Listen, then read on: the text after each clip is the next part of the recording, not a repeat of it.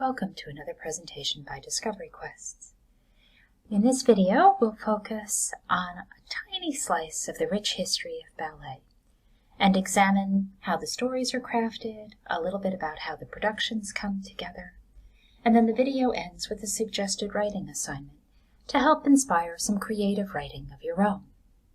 Now, there are hundreds of ballets that we could discuss, but for this video, we're going to focus on the Sleeping Beauty. Now, obviously this story was made popular by Disney, but the folk tale predates Disney quite a bit. It's actually a classic French fairy tale that's attributed to Charles Perrault, written in 1697. However, there are versions of the story that date back to the 1300s. The ballet version of the Sleeping Beauty was first performed at the Imperial Mariinsky Theater in St. Petersburg, Russia in 1890. It featured the ballerina Carlotta Brianza as Princess Aurora, shown here in the center, and Marie Petipa as the Lilac Fairy. It was a complete entertainment spectacle, and the full production lasted nearly 4 hours. Now, this stunning production would never have existed had it not been for the efforts of these two gentlemen. The gentleman on the left is Marius Petipa. He was the choreographer. He was born in France in 1819 into a family of dancers. He was a principal dancer in Paris and traveled to the United States and to Spain in order to perform. In 1847, he made his way to St. Petersburg, where he was appointed the ballet master for the Imperial Theater. Over his lifetime, he choreographed over 50 ballets, many of which were extravagant spectacles that required elaborate storytelling, so the dancers had to be both proficient technicians and also excellent at mime. The gentleman on the right is the composer Peter Tchaikovsky. He was born in Russia in 1840, and during his lifetime he composed over 160 pieces, including not only ballets, but also symphonies, operas, and concertos. The two men worked on 3 productions together. The Sleeping Beauty was the first in 1890. They also staged The Nutcracker in 1892 and Swan Lake in 1895. Now, Tchaikovsky originally composed Swan Lake for an earlier production, which was first staged in 1877 by Julius Reisinger. Petipa was known to be extremely exacting. When he would discuss a new production with Tchaikovsky, he would give very specific instructions for the score, what time signature he wanted used, how many measures of music he wanted devoted to particular sections in order to bring his artistic vision to the stage. So now let's take a closer look at the ballet, The Sleeping Beauty.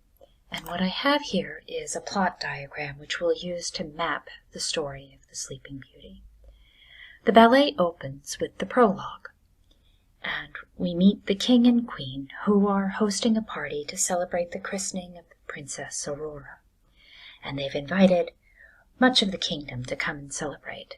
Among the guests are 6 fairies who are going to present gifts to the princess, including beauty, generosity, a beautiful singing voice, passion, and wisdom. Unfortunately, before the final fairy, the Lilac Fairy, can bestow her gift on Princess Aurora, the evil fairy Caraboose arrives, and she is absolutely incensed that she has not been invited to the celebration. She's so angry that she places a curse on the Princess Aurora and says that before Aurora reaches her 16th birthday, she will prick her finger on a spindle and die. Now, since the Lilac Fairy has yet to give her gift to Aurora, she changes her gift, and rather than she changes her gift so that to protect Aurora, and rather than having Aurora die when she pricks her finger on the spindle, she will simply be put to sleep for 100 years. So by the end of the prologue now, we have a classic fight between good and evil. We have our protagonists in the Lilac Fairy and Aurora, and our antagonist, the evil fairy Caraboose. So now we move into Act 1, which is entitled The Spell. Time has passed, and now we have arrived at Aurora's 16th birthday. For the past 16 years, the king has forbidden spindles and spinning wheels and anything else that might present a spindle where Aurora could prick her finger and experience the curse of Caraboose.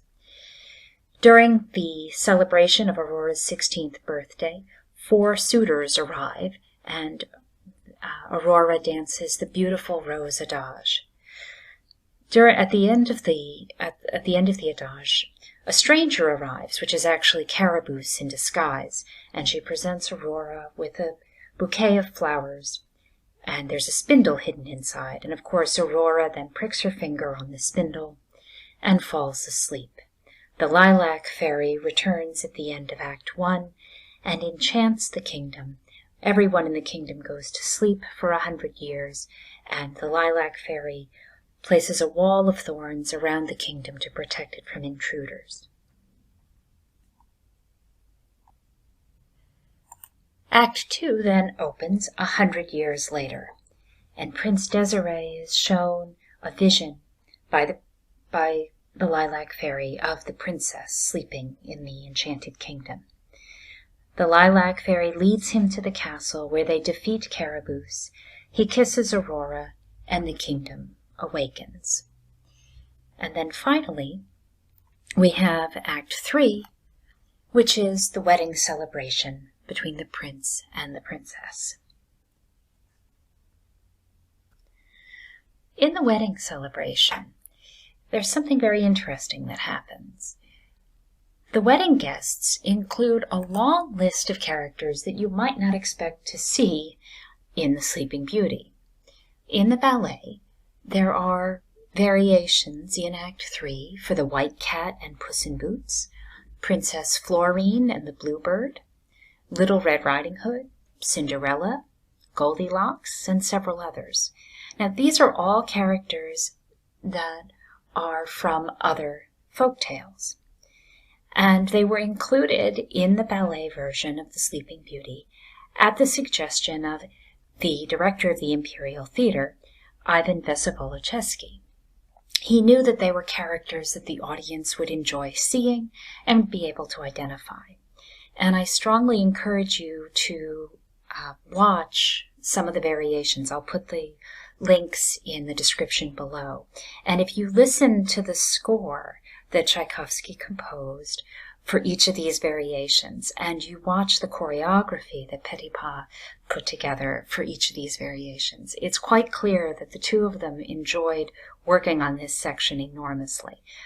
It's quite interesting to see how they've interpreted the characters, both from a dance perspective and also from a musical perspective.